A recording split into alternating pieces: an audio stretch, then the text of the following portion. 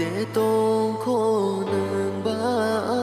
nó ang lê ham sa cái tông khô nó nó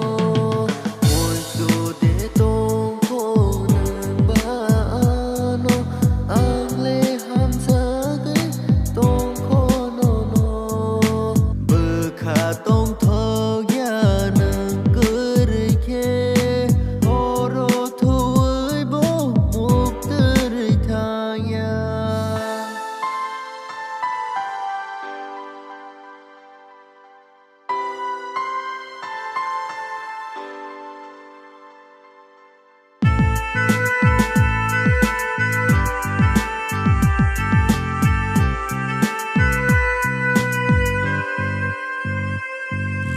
Lama aku roka nung yakar kelang oh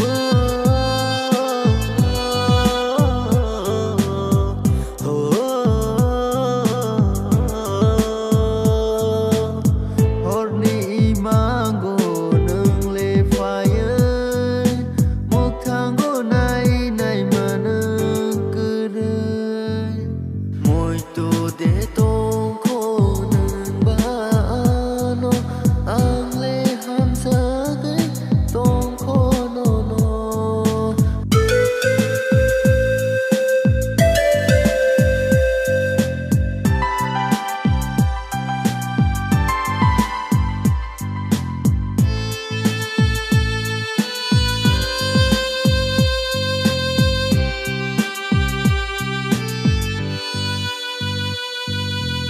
ani lam